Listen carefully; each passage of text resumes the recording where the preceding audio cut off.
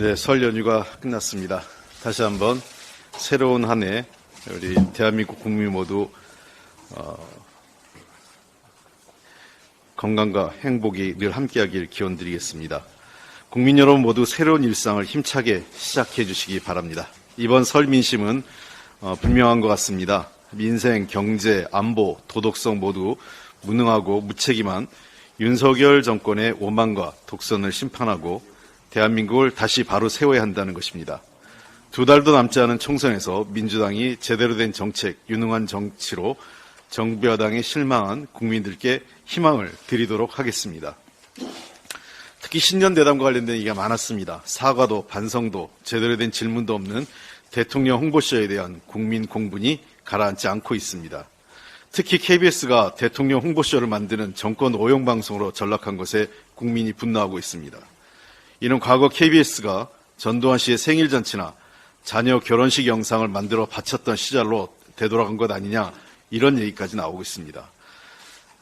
군사작전하듯이 이사장과 사장을 내쫓고 박민사장 체제로 전환한 KBS가 이렇게 된 것에 대해서 KBS 내 구성원들도 매우 부끄러워하고 있다는 것을 박민사장과 정부는 알았으면 좋겠습니다. 아울러 방송통신의 전문성이 하나도 없는 특수부 형님을 방송통신위원장 자리에 앉혀 불법적 2인 체제로 YTN 매각을 졸속으로 해치우고 있는 이유도 언론의 재간을 물리고 홍보방송으로 전락시키기 위한 것이라는 것을 국민들은 잘 알고 있습니다. 이런 불법적 행태가 사실상 자리를 내놓고 탄핵당할까 봐 도망간 이동관 전 위원장의 탄핵 사유였다는 것을 기억해야 할 것입니다. 민주당은 이번 방통위의 YTN 불법 매각과 관련돼서 그대로 넘어가지 않을 것입니다. 여러 가지 대응 방안을 놓고 검토하겠습니다. 지난 총선에서 정치검사 여당이 결탁한 고발 사주로 손중성 검사가 징역 1년을 선고받은 것은 매우 심각한 사안입니다.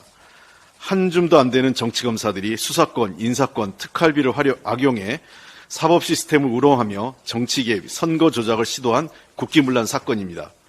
1심 재판부는 검사가 지켜야 할 핵심 가치인 정치적 중립을 정면으로 위반해 검찰권을 남용했다고 강력하게 비판했습니다.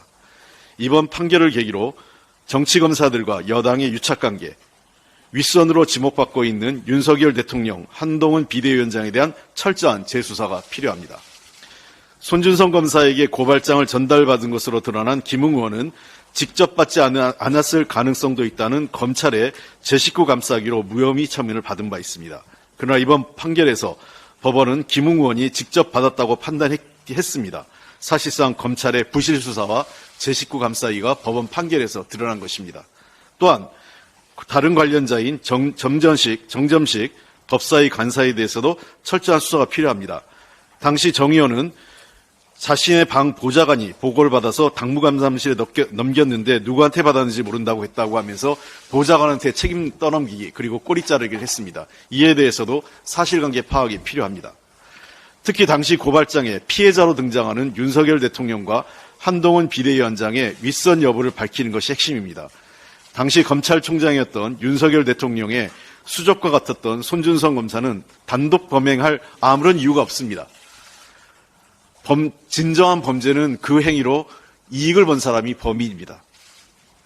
한동훈 위원장은 사주 전날 송 검사에게 사진 파일 60여 장을 보낸 것은 물론 재판 중인 송 검사에 대한 감찰을 무혐의로 종결하고 검사장으로 승진시켜 보훈한 것 아니냐는 의혹을 받고 있습니다. 철저한 진상규명이 필요합니다. 여전히 아이폰 비번은 공개하지 않고 있습니다. 윤석열 대통령은 사건이 드러나자 고발사주 문건을 괴문서라며 나는 모르는 일이라고 발뺌한 바 있습니다. 손바닥으로 하늘을 가릴 수 없습니다. 윤석열 대통령과 한동훈 비대위원장은 국민 앞에 사과하고 이에 대한 합당한 책임을 져야 합니다. 검찰은 모든 관련자, 윗선을 포함해서 전면적으로 재수사해야 합니다. 윤석열 정부가 최악의 경제 무능과 실패를 보여주는 가운데 10% 내외의 점유율로 중국의 최대 수입국이었던 우리 산업의 입지가 급속히 위축되고 있습니다. 지난해 중국 시장에서 한국의 비중은 6.3%로 한중 수기호 이듬해인 1993년 이후 30년 만에 최저치를 기록했습니다.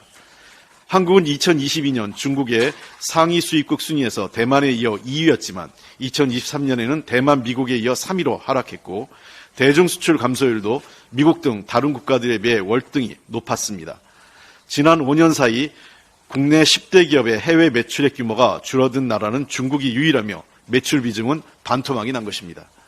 이러한 추락은 시장 다변화와 같은 능동적 노력에서 비롯된 것이 아니라 중국의 중간재 자금률 상승과 기술 발전으로 한국 상품이 경쟁력을 상실해 밀려난 결과란 점에서 보다 심각한 문제입니다. 다수의 연구기관과 전문가들은 고기술, 고부가치 상품 개발을 통한 경쟁력 강화와 중국 시장에서의 고급화 전략으로 입지를 확보하고 수출 시장 다변화를 통한 리스크 분산을 제시하고 있습니다. 그러나 우리 기업과 산업을 뒷받침해야 하는 윤석열 정부는 2년 편중 외교로 우리 경제 영토를 축소시키고 R&D 예산 대폭 삭감으로 기술 경쟁력마저 갉아먹고 있는 것입니다. 윤석열 대통령은 작년 11월 에이펙 정상회담에서 시진핑 주석과 스치듯 인사만 했을 뿐 정상회담도 하지 못했습니다. 당시 미국과 일본은 중국과 정상회담을 하면서 우리 외교의 무능과 외톨이만 도드라졌습니다. 과거 정부가 신남방 정책 등 외교 경제 지평을 넓히고자 했던 전략적 노력도 무너뜨려 아세안 국가에 대한 수출도 대폭 감소하고 있는 상황입니다. 최상목 기재부 장관은 경제수석 당시 중국을 통한 수출 호황기가 끝나가고 있다는 분별 없는 발언으로 국익만 해쳤는데 말만 앞서고 행동은 없는 무책임은 우리 기업의 발목만 잡고 있는 것입니다. 중국은 여전히 한국의 최대 교역국이며 연간 5%의 성장만 하더라도 매우 큰 시장입니다. 먹고 사는 문제에 2년만 앞세우는 구시대적 관점과 실책을 바로잡아야 합니다. 경쟁력 강화를 혁신과 능동적인 시장 다변화 노력이 함께 이루어져야 합니다. 윤석열 정부의 실체 없는 가치 외교, 기술과 산업 경쟁력을 망치는 정책 실패가 지속되면 우리 경제는 더 이상 성장을 담보할 수 없습니다. 정부의 정책 기조와 반성을 촉구합니다. 정책 기조 전환과 반성을 촉구합니다. 이것도 한마디 해야 되겠습니다. 소위 여당의 운동권 청산론이 친일파의 독립운동가 청산 논리와 똑같다는 저의 발언에 여당이 난데없이 막말이라며 사과를 요구하더니 한동훈 비대위원장은 더 히스테리적 반응을 보였습니다. 어느 독립운동가가 돈봉투를 돌리고 룸사롱에 가서 또 쌍욕을 하냐고 그랬는데 너무 좋은 지적입니다. 자기 고백 같습니다. 한동훈 비대위원장의 기준에 따르면 윤석열 대통령과 그를 추종한 일부 정치검사야말로 청산 대상의 1순위입니다. 국민 세금인 특수활동비를 자신들의 쌈짓돈처럼 흥청망청 쓰고 용돈처럼 나눠 쓴 사람들이 누굽니까? 룸사롱 드나들면서 스폰서 받고 한 사람들이 누굽니까? 룸사롱 스폰서 검사들 때문에 김영란법이 만들어졌습니다. 그래서 김영란법에 걸린다 했더니 검찰식 계산 방법으로 100만 원 이하로 계산해서 또 무혐의 처리해 줍니다. 도대체 민주화 운동했던 사람들이 룸싸움을 많이 갔습니까? 정치검찰들이 룸싸움을 많이 갔습니까? 쌍욕은 더 이상 얘기 안 하겠습니다. 윤석열 대통령의 동영상으로 그 쌍욕은 잘 드러났습니다. 돈봉투 주고받고 룸사롱 드나들고 쌍욕 잘하는 그 기준으로 보면 윤석열 대통령과 그 한동훈 비대위원장을 포함한 정치검사 그 일당들이 정치권의 청산 대상 1순위입니다. 제 얘기에 대해서 보라는 다른 보지 않고 손가락만 보는 격입니다. 아마도 정치검사들의 정치권 진출을 위해 동원한 혐오와 흑색선전이 들킨 모양인 것 같습니다. 국민은 얼마든지 정치인을 비판하고 반성을 촉구할 수 있으며 정치권은 여기에 응답할 의무가 있습니다.